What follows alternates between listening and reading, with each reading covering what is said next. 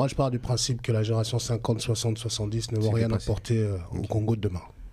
Il faudrait qu'ils fassent la transmission ou qu'ils partent. Maintenant, cette jeunesse est assez effacée parce qu'il y a un niveau d'instruction très bas. Ils ne comprennent pas les enjeux. Si la jeunesse ne comprend pas les enjeux, ils auront plus d'appétence à se faire manipuler. Maintenant, nous, on fait un travail d'ingénierie sociale pour pousser ces jeunes à se questionner, à réfléchir par eux-mêmes. Maintenant, c'est très difficile parce que les besoins primaires ne sont pas atteints. Donc ça demande plus de travail et beaucoup de Congolais arrêtent très vite parce qu'ils se rendent compte que sur le terrain, il n'y a pas de réactivité. Je dis toujours, la communication coûte cher et c'est un art. Quand on part en Chine et que les communicants du chef annoncent renégocier le contrat minier et qu'à la fin, c'était une balade touristique, voilà. Quel message on donne au peuple? Mais le peuple n'est pas assez exigeant parce qu'il ne maîtrise pas les enjeux. Voilà. Revoir cette loi-là pour que ça soit bénéfique pour les Congolais. Mais comme je dis souvent, pour négocier, il faut être bon. Tu ne veux pas aller négocier avec 0,25% pour le Congo alors que ça doit être du 50-50. Mais maintenant, pour le faire, il faut avoir des techniciens en négociation. Et de la corruption sont sapés par l'agression rwandaise, ce qui veut dire qu'elle reconnaît que tous les projets ne vont pas aboutir. Donc justement, tu as parlé d'agression rwandaise. Exact. Je faisais des recherches récemment, je lis un livre, Holocauste au Congo. Charles Onana. Ouais. Et j'ai été surpris, parce que moi je connais bien le Rwanda. Ouais. Et j'ai vu que James Kabarebe, quand tu tapes sa fiche sur Wikipédia, ouais. Il y a ministre de la Défense au Rwanda et au Congo. Il y a même... Comment ça se fait? Et même... C'est avec joie que nous nous retrouvons pour une nouvelle émission. À titre de rappel, nous sommes sur une chaîne internet Koeba. Je suis votre présentatrice du jour, Maria Mougou. Avant d'entrer dans le vif du sujet, je vais demander aux intervenants de se présenter. Très bien. Bonjour à tout le monde. Je suis Maestro Magosa. Je suis activiste militant panafricain, conférencier et je donne aussi des cours avec des enfants avec la KCA de Kouki Tavares. Merci, enchanté Maestro. Notre chroniqueur Ibrahim, comment tu vas? Ça va très bien, très bien. Ibrahim, 21 ans, jeune africain qui étudie en France dans le domaine de l'énergie. Et puis voilà, c'est tout. Enchanté. Coucou Daniel, ça fait plaisir de te revoir. C'est un plaisir partagé. Du coup, voilà, Daniel, jeune africain aussi, amoureux d'histoire et de culture, du monde, de l'Afrique. Et voilà, un plaisir pour moi d'être à vos côtés aujourd'hui. Pour entrer dans le vif du sujet, Félix-Antoine Tshisekedi Tshilombo est un homme d'État congolais. Il est président de la République depuis 2019. Fils de l'ancien Premier ministre Étienne Tshisekedi, il est élu président en décembre 2018. De manière assez controversée parce que son élection a été contestée. On va parler directement de la coalition. Vous connaissez certainement la coalition FCC Cash. C'est une alliance qui a eu lieu entre le président sortant, Joseph Kabila, et le président qui est entré, du coup, Félix Tshisekedi. Elle n'a pas duré très longtemps. Près d'un an après cette coalition, en 2020, il y a commencé à avoir des tensions qui se sont enchaînées par la destitution de la présidente de l'Assemblée nationale en 2020, Janine Mabunda, qui s'en est suivie de la démission de Alexis Thombe Mwamba, qui était président du Sénat. À votre avis, qu'est-ce qui n'a pas fonctionné dans cette coalition? Après, ça dépend. Après, comme je dis souvent en Afrique, il y a des alliances qui se font parce qu'on a une crise de légitimité du pouvoir. Après, ce qui n'a pas fonctionné, c'est juste que... Il vient de le dire hier, hein, Joseph Kabila a dit qu'il a dû mettre fin, et non comme le disent les autres, que c'est eux qui ont arrêté. C'est suite à la nomination des 2 juges constitutionnels qu'ils avaient traité d'illégal, de violation de la Constitution. Ils ont préféré mettre fin à la coalition. Il parle très peu, mais il a parlé hier, et c'est ce qu'il a dit, la rupture vient de là. La nomination des 2 juges, il a trouvé que c'était illégal. C'est pour ça qu'ils ont préféré arrêter d'un coup. Maintenant, comme c'est un personnage mystérieux, on a dû attendre X temps pour qu'il puisse enfin le dire. C'est pour ça que je dis des fois, si on n'a pas la majorité totale, c'est très difficile de diriger en Afrique. Donc comme il y a eu une crise de légitimité, ils ont dû essayer de faire des alliances qui n'ont pas tenu parce que les objectifs n'étaient pas les mêmes. Et Joseph Kabila déclarera que lorsque le Premier ministre Ilukamba partira en mission à Lubumbashi, c'est le moment où le vice-ministre de l'Intérieur va faire un contre-signé pour pouvoir valider la nomination des 2 juges. C'est pour ça que je dis l'histoire, on la prend toujours en retard et on reste dans des spéculations. D'accord. Qu'est-ce que tu en penses, toi, par rapport à cette coalition, Daniel? Pareil, moi, comme je dis toujours, je pense qu'on peut voir les effets d'une coalition, d'une entente ou d'une démarche par les choses qui sont produites, par les effets. Et donc la question qu'il faut se poser, c'est de regarder concrètement aujourd'hui sur le terrain et de voir qu'est-ce que ça a apporté, qu'est-ce que ça peut éventuellement apporter. Et voilà, après, à partir de là, chacun sera libre de se faire plus ou moins son avis. Moi, je pense que dans le système, enfin dans la conjoncture actuelle en RDC, ce genre de coalition, je reste assez sceptique. On va dire que je pense que c'est une sorte d'image, je ne dirais pas que c'est du magouillage non plus, c'est une sorte d'image qu'on essaye d'entretenir, essayer de consolider les liens, mais de voir concrètement si quelque chose se passe ou s'il y a des avancées. Je suis toujours perplexe. Après, on appelle ça, en langage congolais, du tripatouillage. C'est ça. En fait, on va essayer de... normalement, si on destitue Janine Mabunda et Alexis Tambwe-Mwamba, on doit refaire des élections pour les deux chambres. Ça n'a pas été fait. On a eu des personnes qui ont été nominées. Mais ils ont mis un bureau d'âge. Mais le bureau d'âge, ok, mais la Constitution dit quoi? Le problème au Congo, c'est que la Constitution, on a tendance à y marcher quand ça nous arrange. En Afrique, même. En Afrique, mais là, c'est le cas du Congo. C'est pour ça que je dis, pourquoi mettre en place une constitution si, en règle générale, en temps normal, on ne la respecte pas? Mais Ibrahim, tu as rigolé à un moment quand j'ai dit que c'était contesté le fait que Félix Antoine Tshisekedi ait été élu président. Pourquoi? Parce que je ne comprends pas pourquoi Kabila lui a cédé la place. Voilà. Pourquoi tu dis cédé? Parce qu'il a été élu de manière démocratique. Ça, c'est ce que tu racontes. Là. Après, bon, sur ça, on ne va pas épiloguer. Après, il y a eu Macron qui a dit le compromis à l'africaine. Bon. Après, je pars du principe que Kabila arrivait à un moment de sa carrière politique où il y avait trop de sanctions. Okay. La preuve, il choisira un candidat Chadari qui avait déjà des sanctions. C'est pour dire, en fait, je prends celui qui peut perdre et ensuite, je vous laisse choisir le meilleur des autres. S'il voulait choisir un bon candidat, il aurait pris quelqu'un d'autre, puisque Chadari avait des sanctions internationales. Mais ça aurait été qui le bon candidat à l'époque? Après, j'ai du mal avec la classe politique congolaise parce que j'ai un... On parlait souvent de Minakou. Oui, mais il a déjà exercé, est-ce qu'il a fait grand-chose? Je ne pense pas. On disait que sa gestion était pas mal de l'Assemblée, mais bon. Moi, je pars du principe que la génération 50, 60, 70 ne va rien apporter au Congo de demain. Il faudrait qu'il fasse la transmission ou qu'il parte. Maintenant, cette jeunesse est assez effacée parce qu'il y a un niveau d'instruction très bas. Ils ne comprennent pas les enjeux. Si la jeunesse ne comprend pas les enjeux, ils auront plus d'appétence à se faire manipuler. Maintenant, nous, on fait un travail d'ingénierie sociale pour pousser ces jeunes à se questionner, à réfléchir par eux-mêmes. Maintenant, c'est très difficile parce que les besoins primaires ne sont pas atteints.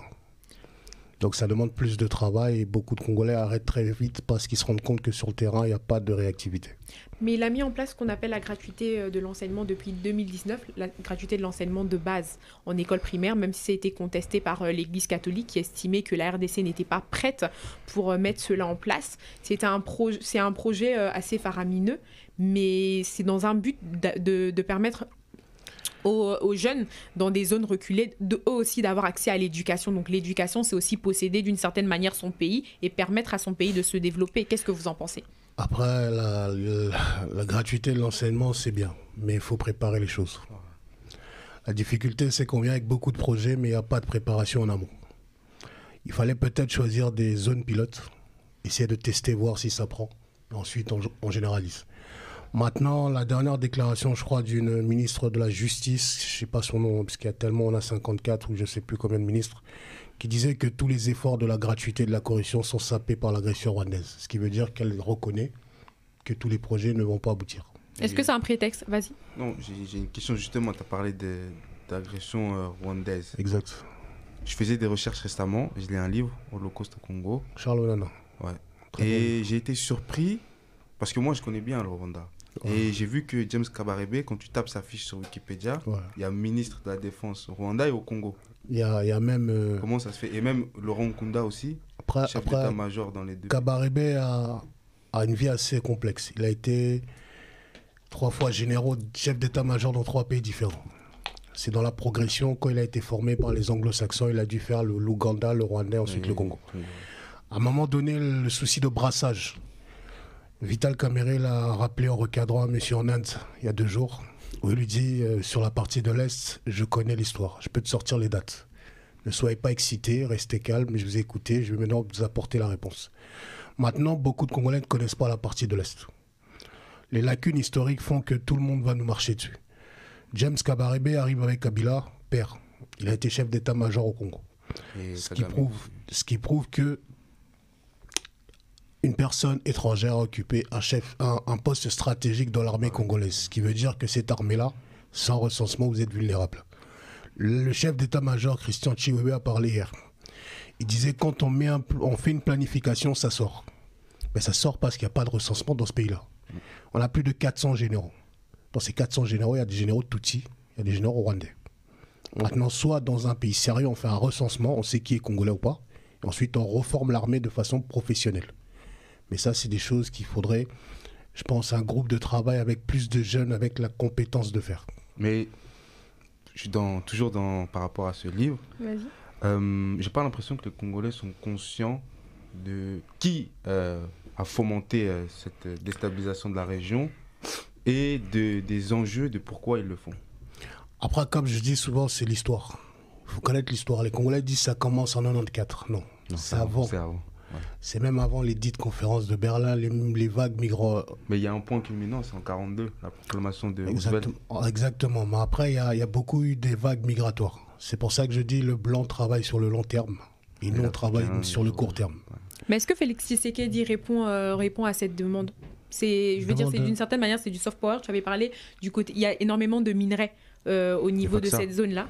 Non, mais est-ce que vous pensez que c'est lié à ça? Je ne pense pas. En fait, la zone de l'Est, c'est une zone stratégique avec les voitures électriques, le coltan, tout ce qui est téléphone, ordinateur. Maintenant, la question, c'est est-ce que les Congolais sont capables de défendre cette zone-là? Mais est-ce que vous pensez que Félix Tshisekedi répond à cela? Non. Parce qu'il va à l'international, il essaye de rencontrer des puissances pour avoir une certaine protection. Est-ce que c'est là-bas qu'il faut aller chercher ou est-ce que c'est dans le pays qu'il faut former des jeunes pour être présents à l'Est? Je dis toujours la communication coûte cher et c'est un art. Quand on part en Chine et que les communicants du chef annoncent renégocier le contrat minier et qu'à la fin c'était une balade touristique, voilà. Quel message on donne au peuple? Mais le peuple n'est pas assez exigeant parce qu'il ne maîtrise pas les enjeux. Voilà. La loi qu'avait fait Kabila à l'époque, le code minier, c'était pour faire du protectionnisme. C'était censé être une bonne loi. Maintenant, je pense que dans la gestion et dans les attentes de réalisation, ça n'a pas été atteint les objectifs. Maintenant, aujourd'hui, on doit essayer de revoir cette loi-là pour que ça soit bénéfique pour les Congolais. Mais comme je dis souvent, pour négocier, il faut être bon. Tu ne veux pas aller négocier avec 0,25% pour le Congo alors que ça doit être du 50-50. Mais maintenant, pour le faire, il faut avoir des techniciens en négociation. Il y a beaucoup de jeunes Congolais qui ont ces compétences-là, mais aujourd'hui au Congo, ceux qui sont au poste, beaucoup n'ont pas les compétences nécessaires pour diriger. Et court-circuite ceux qui ont les... Mais il a fait d'ailleurs un appel à la... Finis ta phrase. Oui, les anciens qui n'ont pas les compétences court-circuitent les jeunes qui ont les compétences. C'est pas qu'au Congo. Il a fait un appel d'ailleurs à la jeunesse. C'est la première fois qu'un président africain le fait. Il a permis à la jeunesse de pouvoir s'exprimer, de poser des questions. Est-ce que c'est une avancée pour vous, pour mieux écouter les attentes de la jeunesse et mieux y répondre? Après, quand vous faites appel à la jeunesse de la diaspora, quand ils rentrent au Congo, il faut des situations adéquates. Il faut un logement, il faut leur donner les moyens de la politique pour revenir.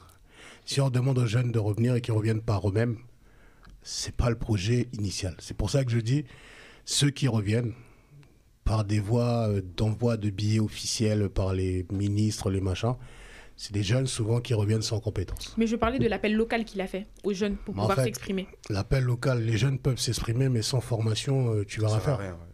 La jeunesse congolaise est très peu formée. C'est pour ça que je parlais avec un cousin qui est gradué en informatique, mais qui n'a pas de boulot. Du coup, il fait quoi? Il fait des petits boulots.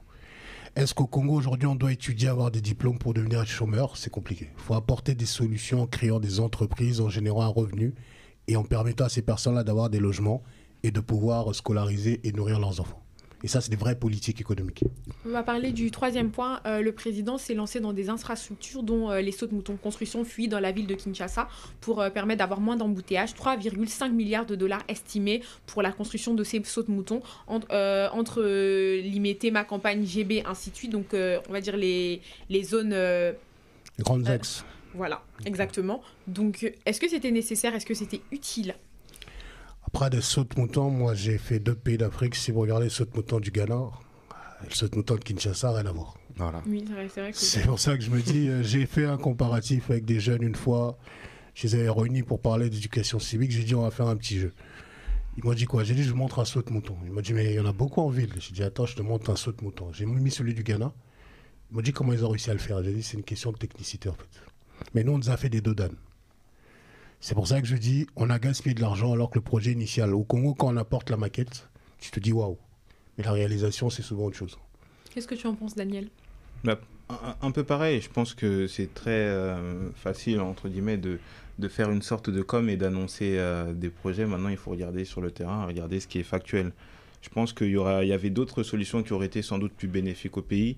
Je pense que sur la concentration d'habitants en mètres carrés, il faut faire quelque chose, essayer peut-être de diversifier la zone habitable du Congo, essayer de construire pourquoi pas un périphérique. Mais en réalité, c'est des sujets, j'ai l'impression, qui ne sont pas prioritaires. Après tout, on parle du développement d'un pays. Aujourd'hui, je ne pense pas que la priorité absolue, c'était de mettre des sautes-moutons ou des dodanes, peu importe, même si on reconnaît que la circulation, c'est quelque chose c'est un problème majeur au Congo. Je ne pense pas que ça méritait qu'on investisse autant. Après, j'ai un ami qui est ingénieur RATP France. Il avait dit pourquoi pas remettre le train qui peut relier Gombe jusqu'à pratiquement Djili. Ça permettrait de réduire les embouteillages. Mais il faut avoir les fonds estimés pour cela. Au Congo, au Congo, on peut voler 800 millions de dollars et se retrouver en liberté et venir à l'Union sacrée. Donc bref, il y a des choses. C'est pour ça que j'ai du mal avec l'aide extérieure, qu'on peut détourner chez nous. On va finir sur le dernier point avant de parler de toi. Vu que le temps nous presse, il a fait une dernière alliance. Kamere, qui avait été accusé pour le procès des 100 jours, finalement acquitté. Un procès qui a tenu en haleine pendant plusieurs semaines, même pour dire plusieurs mois, la population congolaise. Aujourd'hui, il y a Bamba au niveau de la défense, il y a Kamere qui est revenu. Est-ce que ce n'est pas une manière de dire aux Congolais, on s'en fiche de ce que vous pensez et nous on fait ce que vous voulez? Parce que le but, c'était l'état de droit et mettre cet état-là. Après, je pars du principe que ce procès-là était un procès un peu théâtral. C'est pour ça que je dis souvent, M. Vital Kamere avait dit, si j'avais l'appétence de tout dire ce que je pense, on aurait eu peut-être ce qui s'est passé avec Jean-Marc Aboundou. C'est là où je dis, c'est la différence entre un politicien chevronné et ceux qui débutent en politique. Sur l'historique congolaise des grandes décisions, il est très calé. Il peut te le faire sans note. Il te sortira les dates, il t'expliquera le contexte. Aujourd'hui, je pense qu'au niveau du Congo, il n'y a pas 2 ou 3 politiciens comme lui qui maîtrisent la zone de l'Est. Certes, il vient de là-bas, mais avoir cette appétence. Par exemple, quand il y a eu l'invasion rwandaise sous Kabila, il avait démissionné de son poste. C'est très rare qu'un politicien démissionne au Congo. Il était parti. On peut lui reprocher ce qu'on veut, mais je pense que sur l'affaire de 100 jours, il y a un soubassement assez obscur. C'est pour ça qu'il était très détendu lors de son procès. Quelque temps après, il a été innocenté. Donc quand tu es innocenté, tu peux revenir en vie politique. Maintenant, la question, c'est quelle est l'image que le Congolais aura. Il va se dire, on peut détourner de l'argent, être condamné, revenir. C'est pour ça que je dis, dans un pays où la population est très consciente, ça ne se passe pas. Tu vas te présenter aux élections législatives. Exact. Est-ce que vous avez des questions pour lui ? Une question chacune pour lui demander. Et ensuite, tu pourras faire un petit message à tous ces Congolais de Lukunga et même de la RDC pour eux. Vas-y, Ibrahim. Non, je vais commencer. Moi, on avait déjà d'ailleurs fait une émission comme ça où on reçoit des jeunes de la diaspora qui ont ce devoir pour eux dans leur cœur d'aller contribuer au maximum au développement de leur pays. Et moi, je voulais juste voir avec toi, comme on en avait parlé la dernière fois, selon toi, quelle est la priorité? C'est-à-dire que là, tu pars, tu as sans doute un programme que tu as établi. Est-ce que tu peux nous énoncer en quelques mots, quelques lignes qui sont phares, des choses que tu aurais à proposer? La priorité au Congo, c'est l'éducation. Moi, dans ma circonscription, je pense qu'on doit axer l'éducation. Par exemple, j'ai un cours qui s'appelait éducation civique et morale que moi, j'ai reçu, qui me permet aujourd'hui de ne pas me définir en tribu. Quand tu me poses la question, je suis Congolais ou Zaïrois. Je ne te dis pas, je suis telle ethnie, ça ne m'intéresse pas. Mais aujourd'hui, on a cette remontée du tribalisme. C'est pour ça que je dis ce cours-là, aujourd'hui, il a une pondération 1 au Congo, très rapidement évacuée. Alors que c'est ce qui crée le socle de la société congolaise. Maintenant, on a un problème d'érosion dans ma circonscription. Il faut régler aussi ça avec de l'urbanisme, avec plus de plantations d'arbres pour essayer de gérer ça. On a un problème d'électricité. Aujourd'hui, on a des systèmes de panneaux solaires qui peuvent permettre à cette population d'avoir accès à l'électricité. Et après, on a un problème d'insécurité avec les Koulouna au niveau de le Congo aujourd'hui. J'aimerais rajouter quelque chose, surtout quand on parle du Congo. Moi, c'est quelque chose qui me rend généralement fou, parce que la justification que les gens me disent à chaque fois, c'est que ça fait partie de notre culture. Qu'est-ce que tu penses de la jeunesse qui pense qu'à s'habiller, à danser, etc. Il y en a qui disent c'est la culture congolaise. Moi, je pense que c'est juste de la bêtise. Mais la musique, ça peut être aussi un soft power. À notre niveau, on a d'autres choses à faire. Après, je pense que moi, personnellement, je ne suis pas l'adepte des marques. Ça ne m'intéresse pas. Je m'habille pour avoir un vêtement. Maintenant, on a eu des anciennes générations qui ont abruti la jeunesse. Maintenant, c'est à la jeunesse de sortir de ce monde-là, en fait. C'est pour ça que je dis à un jeune qui me dit, je préfère acheter des vêtements, je vais rigoler, je vais me dire, en fait, essaie d'investir en toi. Maintenant, je pense que nous, aujourd'hui, on a ce rôle de dire à cette jeunesse, les vêtements, c'est bien, mais à un moment donné, on doit commencer à réfléchir à nous. Moi, je pars du principe que ce que je fais là aujourd'hui, je n'avais pas à le faire. Si nos anciens avaient travaillé. Bon, là, moi, ma génération, la génération sacrifiée. Parce que quand je parle avec des vieux qui me disent aujourd'hui, ils sont dans des bars à Château-Rouge, ils me disent, ouais, à l'époque, si on avait fait. Mais c'est bien beau de dire si on avait fait, mais c'est rien fait. Dernière question et ensuite on peut. Tu as parlé d'éducation. Et tout à l'heure, tu avais fait un volet sur l'histoire. À quel point tu vas insister sur l'histoire du Congo et notamment ce qui se passe à l'Est dans cette partie éducation? Après, sur le système scolaire, quand tu touches au système scolaire en Afrique, ça peut causer beaucoup de problèmes parce qu'il y a cette domination européenne. Maintenant, nous, on aura une autre approche. On aura des parcelles dans lesquelles on donnera l'histoire des Noirs. C'est un complément que moi, je vais organiser avec mon équipe. Ça, c'était même prévu avant que je décide de postuler ou pas. Ce qui veut dire qu'on va axer les personnages historiques du Congo, les moments clés, les rois et toute cette historique-là et les croyances. Maintenant, si tu veux l'intégrer dans le programme scolaire, ça devient compliqué parce que tu vas créer l'éveil de cette génération et c'est pas ce qu'ils veulent. C'est pour ça que je dis, par exemple, le Congo, on est très croyant. Donc, des fois, on me pose la question, t'es croyant pas? Je dis, c'est privé. C'est parce que j'ai un électorat assez large. J'ai pas envie de les braquer en disant, moi, je tolère pas les autres, je tolère pas ça. Donc, j'essaie de faire en sorte que sur l'inscrire au niveau de l'éducation nationale, c'est quasiment mort. J'avais essayé de faire un partenariat privé-public. Il m'avait pas répondu correctement. J'avais dit, on laisse tomber. Mais on a une stratégie qui sera ramener des potes, des Haïtiens ou d'autres personnes qui viendront parler aussi de l'histoire de Noirs à l'extérieur. Et j'ai aussi des Congolais qui sont très calés dessus, dont un ami qui s'appelle Hervé Lombi. Bon, je lui dis souvent de prendre la parole, mais il n'aime pas trop. Il préfère le faire sur Facebook en live. On va juste finir. Tu pourras prendre Ibrahim pour le Mali parce qu'il est axé dessus. Est-ce que tu peux faire un dernier message à ces Congolais-là qui vont peut-être voter pour toi et qui vont peut-être t'élire, parce qu'on l'espère? Après, je pars du principe que le message, il est simple. C'est que tout Congolais doit apprendre à réfléchir par lui-même. Moi, je prône le leadership par la pensée, pas par la personne. Moi, on peut m'éliminer à tout va, mais mes petits que j'ai formés, ils sont une vingtaine. Ils savent déjà que dans telle situation, on doit agir ainsi. Si vous voulez que le Congo change, essayez de donner l'opportunité à des jeunes qui reviennent peut-être de la diaspora ou qui sont au pays, mais qui ont un parcours et qui ont des compétences. Merci. Et qui se diront clairement que si j'arrive pas, j'aurai une équipe qui va me conseiller parce que si le leader a une bonne équipe, forcément il aura des résultats. C'est pas ce qu'on voit aujourd'hui au Congo. Merci beaucoup aux intervenants. Merci à toi, Maestro. Merci, Ibrahim. Merci, Daniel. Nous nous retrouverons très prochainement pour une nouvelle émission sur Koeba.